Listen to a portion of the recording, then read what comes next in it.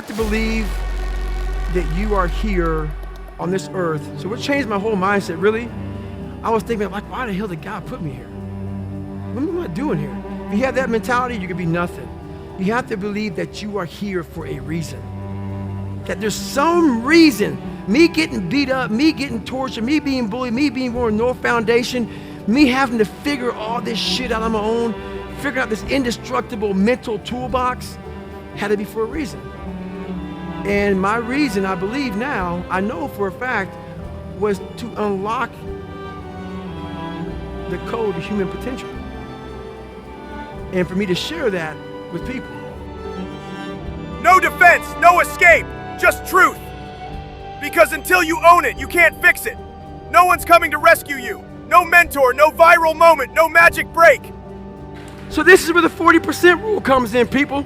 Worst shape my entire life. I've been through Ranger School, Delta Force selection twice, 3 hell weeks, all this crap. This is the worst pain I've ever been in. To this day, I'm 43 years old right now. I did 21 years in the military. I've done 60 ultra races, pull-up records, all kind of stuff. This is the worst pain of my entire life to this day. But this is when I had to realize one thing. I had to break this humongous thing down to very small. All I put in my mind was, let's not quit yet. I'm gonna quit, but not yet. So I sat there, I can't stand up, so let's get some nutrition. All right, I'm not dizzy anymore. Let me clean this crap off me, okay? I need some food. I'm gonna quit after I eat a peanut butter and jelly sandwich. All right, but not yet. Let me see if I can stand up. Stand up, maybe I'll quit. Let me see if I can walk to the car. There's the car, it's a 1 mile track. I'll walk past the car, I'm just gonna get back to the chair. I'm not gonna quit yet. I kept this mindset the whole time. Pain isn't your enemy, it's your co-creator. Every burn, every failure, every sleepless night is chiseling a version of you that ordinary comfort could never build. I ended up doing 30 more miles. Did 31 miles, truthfully, after that. I did 101 miles in 19 hours. If you drive in the car may say 130 miles an hour. The factory puts a governor on it, so you only go 91. So you're sitting there when to race somebody, they have no governor. They're fine. Boom. You can't, because every time you get to 91, the car starts doing this. Starts doing this. We put a governor on our brain, and the second we get to that governor, our bodies start doing this. Oh, this sucks. This is uncomfortable. No, let's go this way, let's stop. It starts giving you all these questions that we cannot answer. If you can't answer the questions your brain is asking you, you quit. If you have the answers to those questions of why the hell am I out here, and you give it a quick answer, the brain starts shutting up because it knows why we're doing what we're doing. I started figuring these things out in my life. So we have this governor on our brain. And how you start pushing past that governor, start realizing your brain has the tactical advantage over you. Why? Because it knows your insecurities. It knows when you're lying. It knows your fears. It knows everything about you. And whenever those things start, like right now, I'm scared to death up here. Why? When I was in 6th grade, I was in a play. And I stood up in front of a whole bunch of white people that probably didn't, I was being judged in my mind. Scared the shit out of me. And I stuttered severely bad. I knew I stuttered bad. My line was this long. It's like hello or some shit. And I stood up for everybody, and I was like this. And I walked off stage. So when I walk up in front of 1,200 people, it's still there. My mind's telling me, go, run off the stage. I have to tell my mind something different. I have to remember my resume, what I've been through, that all of you in here are just up as me. We post our real life, never on Instagram. We post the life that we want to have out there. That's not me anymore. I'm gonna tell you exactly about me, who I am. That's how you get better. That's how you fix yourself. That's how you grow. It's there when you wake up tired. It's there when you lay down frustrated. You're angry. You're exhausted. You're asking, why is this so damn hard? But deep down, you know why. You're being tested. Life's throwing haymakers at your jaw, daring you to quit. But look around. You're still standing, still breathing. That's proof you haven't been broken yet. I know you feel stuck. I know it hurts. But that pain you're feeling, that's not punishment. It's an invitation. It's life sneering at you and asking, how bad do you really want this? So stop fearing the burn. Stop begging for easy days. Right now, a lot of you right now can be motivated as hell, go out of here and be like, yeah, I'm motivated. Like you said, you're right. Without being driven or obsessed, this motivation fades. And motivation is at the all-time high when your bills are paid, when your wife or husband is good, when everything is good, you're motivated. It's that person when all hell breaks loose and everything falls apart that says, I still gotta get it in. And how you get to that point in life, what I figured out, it's so noisy right now. This world is so noisy. We all walk around with these phones, computers. The world is so fast. We're not able to think. The most powerful weapon in the world, we walk around with it. It's our mind, it's our brain. You have to be able to go into a very dark place in your mind and figure who you are. Go back to what you want to do, what's your purpose. We can't figure our purpose out or why we're here or why we're even born or whatever, because it's so loud in our mind. We don't have any quiet time with ourselves to sit back and say, what do I really want? There's so many different dialogues in our head that we can't think. So my biggest thing is you have to be alone in a very dark place in your mind to think about what is important to you. Awesome. People quit when things get hard because they think it's over. But it's not. It's only over when you decide to walk away. And until then, until you say, no more, until you give your last breath of effort, you still have a shot. Find that one reason why you started. Hold on to it like your life depends on it, because maybe it does. Because sometimes we don't realize how close we are to the breakthrough until we take one more step. You don't have to be perfect to keep going. You just have to be willing. Willing to take one more step, one more breath, one more try. Because giving up may feel like relief in the moment, but it never lasts. I'm not a theorist, people. There's a bunch of people who are theorists who go to the library, study the mind. They study it in a book. I studied it by being a practitioner. I put my mind in hell, and I realized how it was thinking. And I figured out tools and tactics on how to get through it. By being in it, not by studying it, by being in it. And literally, that's how I started callousing over. You know how, so I did 67,000 pull-ups in 9 months, and it calloused my hands.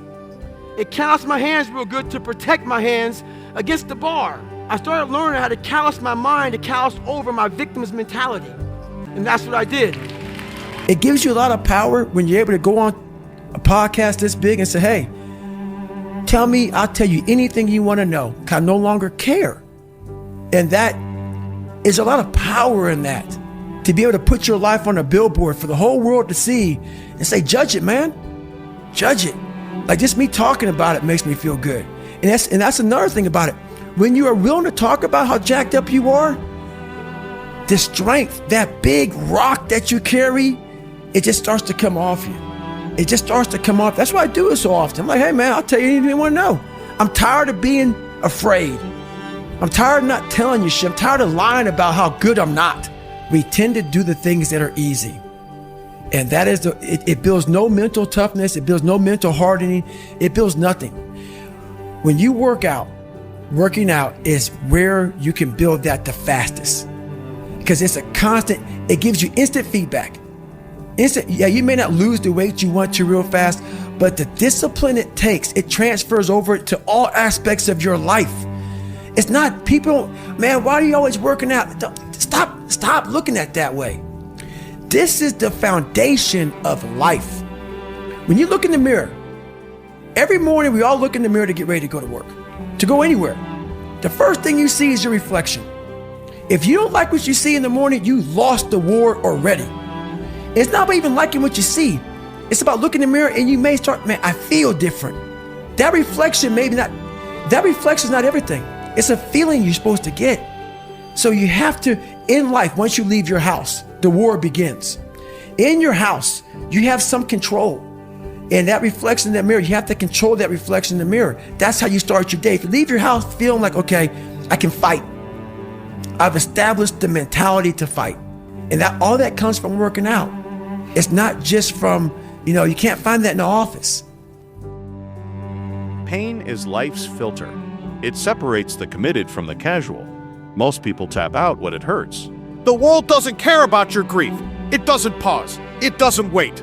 But if you fight through it, you can build a life that makes every second of suffering worth it. Everybody's story does either harm or good to them. You have to go back in there, in that muck, face that muck, fix that. Because what happens is, when I was in Navy SEAL training, one of my jobs was to train guys to get through Navy SEAL training. And what I started realizing is I was training these guys, they were getting bigger, stronger, faster, all this other stuff. But they would still quit. All I was doing was building bigger, stronger, faster quitters. And I started down, I was like, what the hell am I doing wrong, man? I was changing all the external crap. I wasn't going into the internal and changing what really matters. So that's what the first step is, and I talk about it a lot in my book about how, like, the steps about doing that, man. But the first step you have to do is face yourself and be accountable for what you're not. So then you can be what you want to be. But first, face what you're not. So I like Gary Vee, but I'm not tripling down on strengths. I'm tripling down on weaknesses. There's a lot of them out there, but most of them are that way for one big reason. They can't see themselves doing it. They can't see themselves doing it. It's one big reason. The other reason is a lot of it is jealousy. When you set these humongous goals and they see that you're getting at it, let's say, for instance, we have a family. Let's say we're all a big family here. All three of us, all four of us are a big family. And every morning I'm getting up training for a 200-mile run. And you see me get up at 4 o'clock in the morning and all you are sleeping. And by the time I get done running my 30, I come home just getting up. How are you gonna feel about yourself? A lot of times when you're an overachiever and you have people, that's what I talk about, the mediocrity thing. A lot of our family members, a lot of our friends, they're mediocre. There's always those couple of guys who are uncommon, who want to be better. But you make that mediocre mother feel like shit. Whether it's your mom, your dad, whoever. You make them feel horrible. I've been there. I'm speaking from experience. You get somebody around you, man, who's trying to be better and you don't have the drive that they have, it's a constant reminder of how fucked up you are. You have to know that that's what it is. Anybody in your course not saying, man, get after it, brother, I'm so proud of you. They have a problem with themselves because all you're trying to do is achieve more. If that's a problem for somebody, you have to look at them and say, man, you really have a problem with yourself, huh? It's much deeper than what you think. Right. It lies deep in your soul. How I was able to fix myself was I saw how ugly I was towards other people who were great. I was able to look back and say, man, you don't hate that market for any reason because he's great. And you're lazy. You're lazy. He makes you feel like shit every single day. That's where it comes from. You have to know where shit comes from to be able to solve it. It's easier said than done. Right. On the other end of suffering is a life that many people don't know even exists. It's a beautiful world because like the 40% rule. We all live in this world where our brains are keeping us in this box. Outside that box, on the other edge of suffering, which is on the other edge of that 40%, is a world that's endless of opportunity. But we are afraid to go outside that box because in that box is comfortable. That's where all of our nice stuff, that's where the nice 4-lane highway's at. I know where the restrooms are at. I know where the gas stations are at. Outside that box, man, God gives you a shovel and says, man, start digging. That's not fun. But when you dig your own path to all kind of stuff that's unknown. And that's what I started realizing, man, like on the other end of this is some beautiful stuff. So I got outside my box and realized, man, 300 pounds, now look at me, I'm 185 pounds. And on the other side of the box was all this stuff. And I didn't know it was over there until I climbed the wall and saw it. So what wall are you climbing now? Man, right now, I've climbed a lot of walls. There's no more walls anymore. The reason why is because I know how to climb. Here's the trap. You stop being you and start being the one who lost. I'm the one whose mom died. I'm the guy whose dream failed. I'm the person who'll never get over it. You wear your sorrow like armor, then read with it in every conversation. You excuse inaction with it. I can't move forward. I'm still grieving. How can I be happy when they're gone? And without even realizing it, you let the loss replace your life. You stop trying, stop growing, stop showing up, because you've convinced yourself that honoring the pain means living trapped inside it forever. But here's the brutal truth. The best way to honor the loss is to refuse to let it destroy you. Grief is real, but surrender is a choice. Understand something, people. We are leaving a lot on the table. My book is called Can't Hurt Me. Why is it called Can't Hurt Me? Life isn't fair. We have to understand that. It shouldn't be fair. It's a trial ground, it's a testing ground. It's built to make us harder. It's built to make us as strong as we can, to test us, to drive us. So, mentality is the only thing that gets us through life. I was an underdog. We are all underdogs in life. Even the baddest person in the world should think that way. So you should always have I've never arrived mentality. And the can't hurt me mentality is no matter where you come from, the sewer or wherever you think you're from. When I got out of the sewer, I got to the road and looked around and said, can't hurt me. Nothing should be able to hurt you. If you believe that, it starts to become true. I honestly want to be considered one of the hardest men to walk the planet Earth in the history of the world. And what I mean by hard, I'm not talking about the guy who does the most pull-ups, the most sit-ups, runs the most. Just a person who's able to overcome any adversity in front of him, to figure out a way. Hardness isn't about all this physical shit, man. Yeah, it helped me get to where I'm at. But all I was doing in the whole process, the process wasn't to be ripped. It wasn't to walk around with my shirt off. That wasn't it. I knew through the physical challenges, through the physical suffering, my mind was getting stronger. I was literally doing that for a reason. I had a weak mind. All the rest just happened to come with it. I was trying to strengthen the mind to handle all the judgment that's passed on me, perceived and not. Sometimes you make it up in your own head. You know, I just want to be able to handle all of that, everything, physical, mental. I want to be perceived as that, like an old school barbarian, an old school guy that's like, God, dog, man, nothing can hurt the guy, which is why the book is titled Can't Hurt Me. I want people to have that mantra in their life. Take that with you. Take it everywhere you go in life. And if you believe that and you work towards that, callous in your mind, strengthen yourself. Can't hurt me is strong. In any situation, like when I was in Buzz, they beat the shit out of you. I'd be the first one to get up and say, can't hurt. And they were beating the hell out of me. But you say that enough to you. False motivation becomes real motivation after a while. I had to stop thinking normal. I had to stop thinking normal. I can no longer be a common man walking around doing common things. But no one taught me this stuff. It wasn't like I had, I paid a trainer to come train me. Jenny Craig didn't come down and miracle my ass. None of this happened. It was on me. And that's the thing you have to realize. Everything you do, you may have some support, you may not, but it's on you. You have to make the decision whether you want to be a badass or whether you just want to be mediocre and everything's okay. But being a badass hurts real bad. And that's why I didn't want to do it. They hit a wall and they quit, but the ones who embrace the pain, they level up, they use it, they grow through it. I don't care how much it burns. This isn't about physical pain alone. Yes, it can be the fire in your lungs during a sprint, the fire in your muscles during the last rep, the ache in your body after a brutal workout.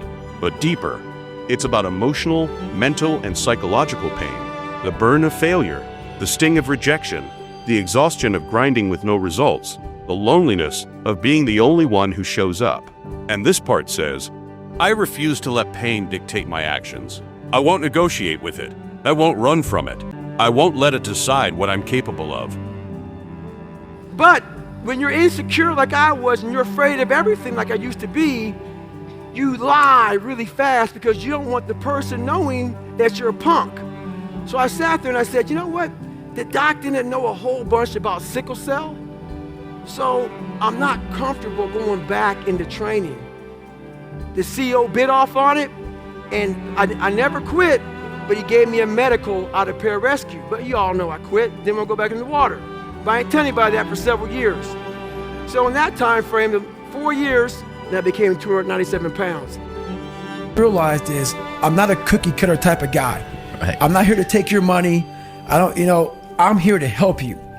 If you're coming in to work with a guy like me, who knows that you have to have thick skin to get better, you have to call yourself out. If you're fat and I want to hear that. I don't want to hear you tap dancing around shit. So I don't take on many clients, because when you work with me, we're going to get to the root of the problem. And a lot of people don't want to go there. They don't want to talk about their childhood. They don't want to talk about their past. They want to get to the root of the problem, and then they go, why am I not getting better?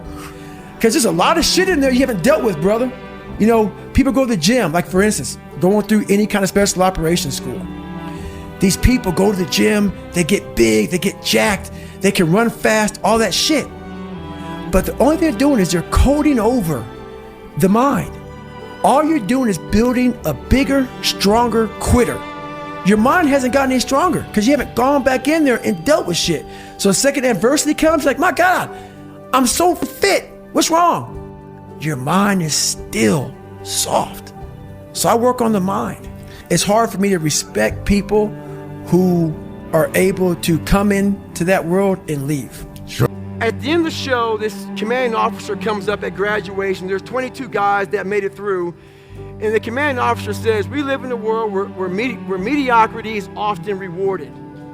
These men detest mediocrity. And I sat there and I had time to reflect back on my life. Being bullied, coming from nothing, learning disability, messed up foundation. Life isn't fair at all. At all. So what are you gonna do about it? I knew that no one was coming back to help me. No one was gonna miracle me to be somebody special. Everybody that called me nigger, my dad, my mom, all my situations were on me now, and solely on me. So I had to start developing an indestructible mental toolbox. So I sat there on that couch and I realized, man, I am a piece of shit. And even though the world helped me get here, my false reality helped me even more. And listening to somebody else's dialogue further helped me get here. So I sat there and I had this bright idea. Being sorry, I cussed a little bit because my life was hard. So I don't want to water it down. I'm real. This is a lifestyle, man. And people wonder, why am I not achieving more? It's because all of us, once we achieve something, we celebrate for a long years of time. And we wonder, why don't I have drive anymore? Where's it all at? If you don't develop a routine of suffering, and suffering is not like go out and kill yourself every day, it's being uncomfortable. Yeah. That keeps you hungry every day. If you live in your victories for so long and say, I'm gonna go challenge myself for 30 days or for 2 weeks or run this one marathon, and it ends, I did one marathon. Okay, that's why it leaves you. It leaves you because you haven't set up the next obstacle. Obstacles is how you grow.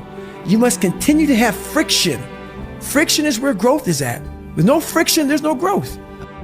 My third grade year comes and I'm copying the whole time. I'm cheating on every test because they want to put me in a special school. We all know what special means. You're about to be, have a nice title on you for the rest of your life. So when I heard this, I started just cheating. So when I got to my junior year in high school, I had a third grade reading level. My mom never saw a report card. We lived in a $7 a month place. We lived in a government subsidized apartment, food stamps, all that good stuff. And when I was about 14 years old, my mom met a guy. So we moved from Brazil, Indiana to Indianapolis, Indiana. He got murdered. When he got murdered, we moved back to Indianapolis, Indiana. Or my fault, Brazil, Indiana. By this time, the kids were grown. And when you're young, they don't know black and white. You're just David Goggins. When you get in high school, they start realizing you look a little different. So I got my car. My first car I ever got was a brown Citation. I pull up to school, leave it there all day, come out of school and spray paint on it was, nigger, we're gonna kill you. So this went on from my sophomore year to my senior year. But my junior year, I was like, I gotta get the hell out of Brazil, Indiana. And I Make up your own mission statement. What do you want to be in life? And once you do that, now you can work with somebody to get better. You can work with yourself to get better. But until you know what you want to stand for, you will always just be sitting down. You'll never stand for anything. But guess what happens? That alarm clock goes off at 4 a.m. to train. I don't want to be a SEAL today. Or I don't want to be whatever today. I'll start tomorrow. So here I am going through training. I don't go to sleep for 6 weeks because I'm scared to death of the water. This program is 10 weeks long.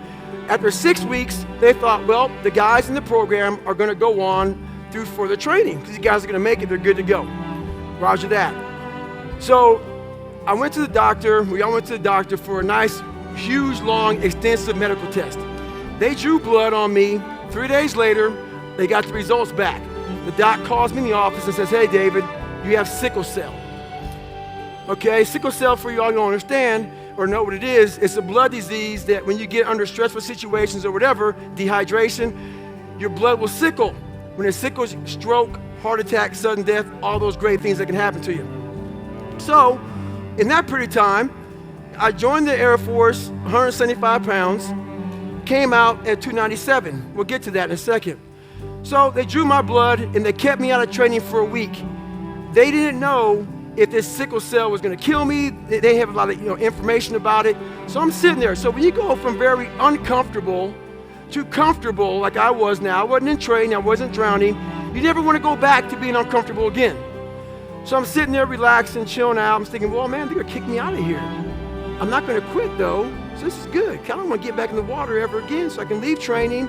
So this is my thought process. The doc calls me in a week later. I'm skipping down to the doc's office thinking I'm getting the hell out of here. I'm not gonna quit, but they're kicking me out, so that's good for me. I walk in the doctor's office, he says, hey man, we're putting you back into training. It's not good, it's not good. But I'm like, okay, let me see. I've been in 6 weeks, 7 weeks, 3 weeks left. I can tough it out. I'm walking back to my compound, talking to the head of the school, walking to the CEO of the school. I say, hey, sir, they let me back into training. He goes, that's great. He goes, well, you missed a week of training. There's a very important block of training you missed. You have to start from day one. When you feel broken, never give up. Because that feeling, that pain, it's not the end of your story. It's the part that shapes you. The part that forges something deeper. I know it hurts. I know it feels like no one sees what you're carrying, but you're still here. And that means you haven't lost. Look around you. Look within you. Life, in its magnificent complexity, will inevitably bring moments that test your very core. Moments when the weight of the world feels too heavy. Very minimal education, as you all know. And I get a job spraying for cockroaches at Ecolab, okay? Yeah, it's a good job. So I don't like cockroaches though. So I'm making about $1,000 a month spraying for cockroaches, and I'm working from 11 o'clock at night to 7 o'clock in the morning. Did this for about 6 months. And my nightly, so at 7 o'clock in the morning, I would go to Steak and Shake, my last stop, spray them down, get a large chocolate milkshake, go across the street to 7-Eleven, get a box of mini donuts, chocolate donuts, because I had a 45-minute commute home. I was depressed and food felt good. So I'm driving home, sipping my shake, eating my donuts, chilling out, listening to the radio. I get home this day, my routine was to get home, walk in the door, turn the TV on, walk in the back, start taking a shower. This particular day, the TV came on, and they said, world's toughest training, Navy, whatever. Get my towel, which could barely fit me. My ass was so big, I had to pinch it like this. So I come back down, I sit down, and all this shit just falls out.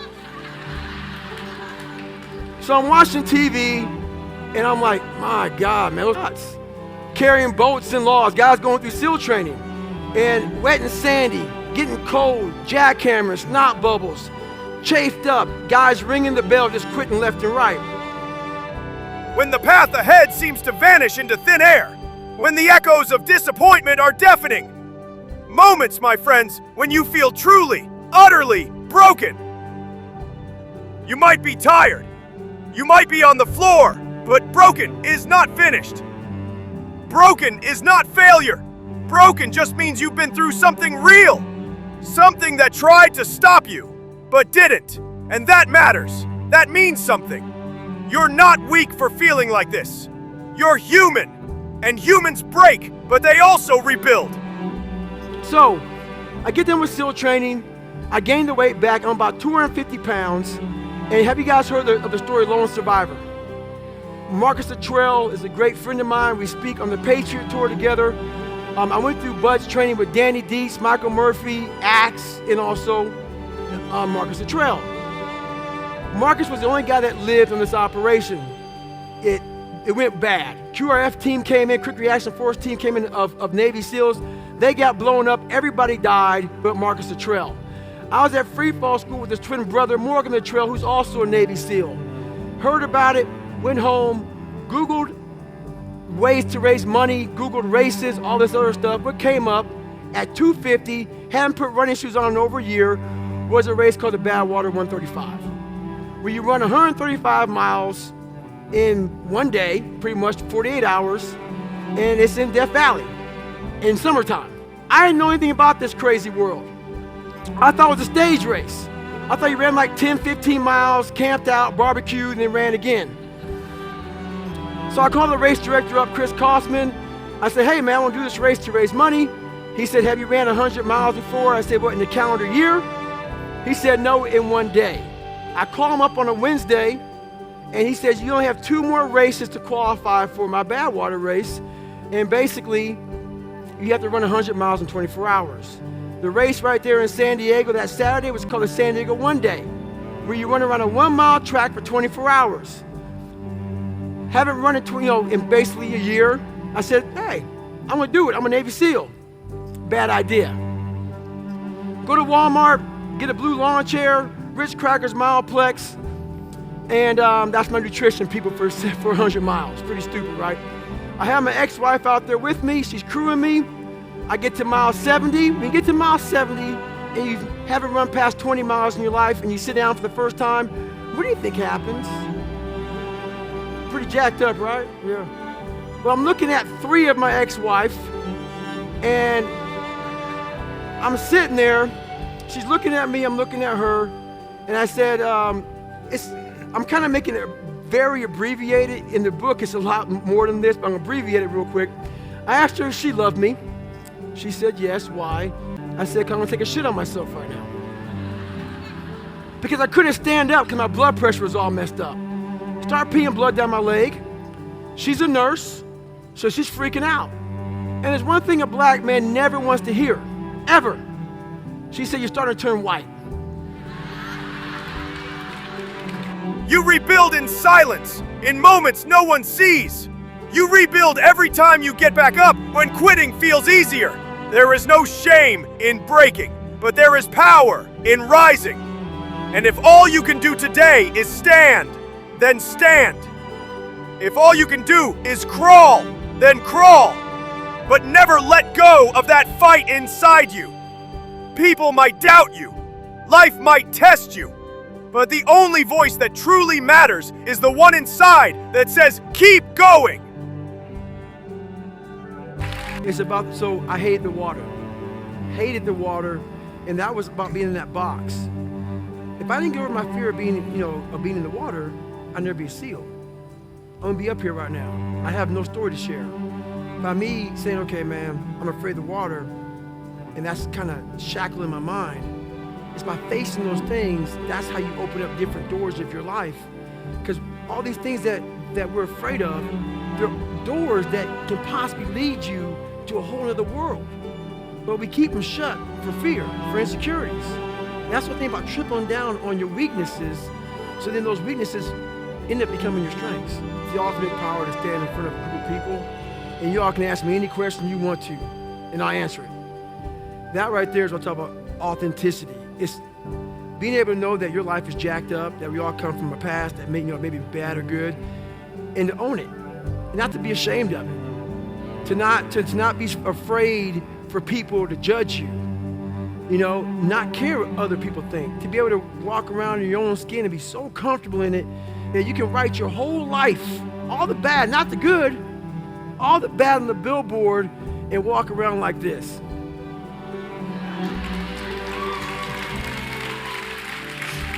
This is me, man. This is me. That's authenticity to me. And when you get to that point, when you can walk around with those middle fingers up, not really like being mean to people, but saying, judge me, man. This is it. This is who I am, but I'm fixing it. I'm not just letting it, it's not defining who I am, but that's a part of my life. And it's just owning who you are and not being ashamed of it. Through training. You have 4 classes to get better. So I got hurt in May, had to come back in January from a broken kneecap, all kind of crap. Stress fractures, totally jacked up. So, how I did it, I actually came back. Stress fractures don't heal really well. So I got through my 3rd hell week of my 3rd class, and in that hell week, we had a guy die of pulmonary edema. It was one of the coldest hell weeks on the planet. So what hell week is they freeze your butt off, and usually you get done freezing, and they try to warm you up. In this particular hell week, it just continued and continued to rain. So we never got warm. He ended up dying Wednesday night of pulmonary edema. So when I got through with hell week, my stress fractures were so bad, and I realized I can't go through I need to get rolled again. I'm broken. And he's like, no more rolls. And I remember that. So at this hell week, I said to myself, man, I can't even walk. I was on crutches again, but after hell week, you get walk week. And after walk week, you have 20 more weeks of getting your butt kicked. So I had a plan. My plan was to show up at 3:30 in the morning, put my black sock on, go in my dive cage, and get duct tape. And I would literally cast my feet up to the mid of my calf. And for the first 40 minutes of the run, I have a pressure, so I still have them now, pressure ulcer that now healed up, but you can see the scars from deflection of the joint. So basically so what I did was I pretty much cast my ankle up my shin, so I wasn't doing this and activating those stress fractures. So I ran on my hip flexors. For the first 45 minutes, the pain was so excruciating, but then after that, it would subside. And I would be able to finish the day out. The pain would come back. Even if you have nothing left, you've still got your will. And sometimes that's enough to move mountains. You weren't built to quit. You were built to endure, built to overcome, built to rise from your own ashes and come back stronger than before. This moment of pain will pass, but the strength you build here, that stays. So don't give up. Not now. Not ever. You're too close to becoming who you were born to be. Broken. Maybe. But defeated. Never. You're not done yet. So breathe, reset, and rise again. Feeling broken doesn't disqualify you. It qualifies you to come back deeper, wiser, and more powerful. So don't let your pain become your identity. Don't let your past write your future. You are more than what's been done to you. More than your mistakes. More than your struggles. This is not how your story ends. This is how it transforms. So hold on, not because it's easy, but because you're capable of more than you know. And the world needs what only you can bring. Never give up, not because it's easy, but because you've already come so far. And the person you're becoming is worth every tear, every setback, every broken piece. So breathe, keep going, and trust healing is on the way. I learned I was leaving a lot on the table, and that's what scares me the most. I'm good now, but what haunts me is that at 24 years old, I was 300 pounds, and if I didn't make a right turn, if I decided to just give in to the feelings I had, I would have died a 300 or 400 pound man working some minimum wage job in my casket, never knowing that I was this guy. And what fear, so I believe in God. And what scares me the most is I believe that God, in my own mind, I'm a big visualization person. So what keeps me going is like visualizing. It's not true, but it helps me. I believe that God had this big chart in heaven. And when you get there, if you earn your right to get there, you get there in heaven, and you get there, let's say I walked up at 300 pounds. And God says, hey man, great job, you made it to heaven. And he rips this page down from Brian Underwood. And now it says David Goggins' chart. He rips it down, throws that paper to the side. And he says, look at this. And I'm reading it. I go, what is this? He goes, how much do you weigh? 300 pounds. What did you do? I was a pest control guy for 40 years. He says, this is what you were supposed to be. You know what I'm saying? A 185-pound person. Be able to run 205 miles. Break the pull-up record. Motivate people. Energize people. Make them driven. Make them passionate. Make them find more. So am I in heaven or in hell? That's what motivates me. It scares me also. Because I believe that we are all leaving a lot on the table. And now when I go to heaven, what I want God to look at me and say is, as you were living, I'm the all-knowing man. I had to get a damn marker out and write more as you were living. You see what I'm saying? I want to impress him. That's what I'm here for.